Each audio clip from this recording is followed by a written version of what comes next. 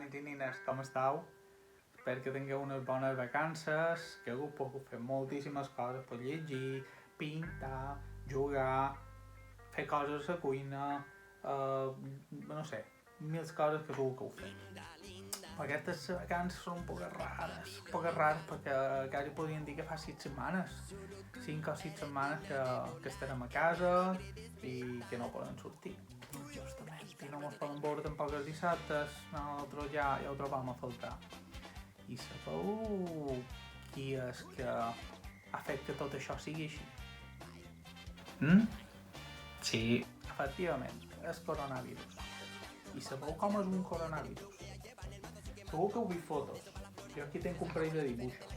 Veus? Que hi ha un parell de coronavirus, sobretot aquests hi pareix bastant. I aquests són uns altres tipus de virus. I aquest virus, que va començar a Xina, anar viatjant per tot el món, i ha arribat a Mallorca. I què hem de fer? Pues, intentar no posar-nos malalts i que passi. I de nosaltres avui vos podem proposar un repte. Aquest virus que ara ja ha arribat a Mallorca, com deu ser? Deu ser igual que aquest que va sortir de Xina. O deu haver canviat un poc. Nosaltres creiem que ha canviat un poc. De fet, crec que ara és un virus mallorquí. És un coronavirus un poc d'aquí. Sabeu? I aquí, per exemple, tenim un dibuixat que podria ser aquest virus. Un coronavirus cusier. Un cusiervirus, o alguna cosa així, no sé. I vos volem proposar un repte. Que és que m'ho dibuixeu com creus que és aquest virus mallorquí.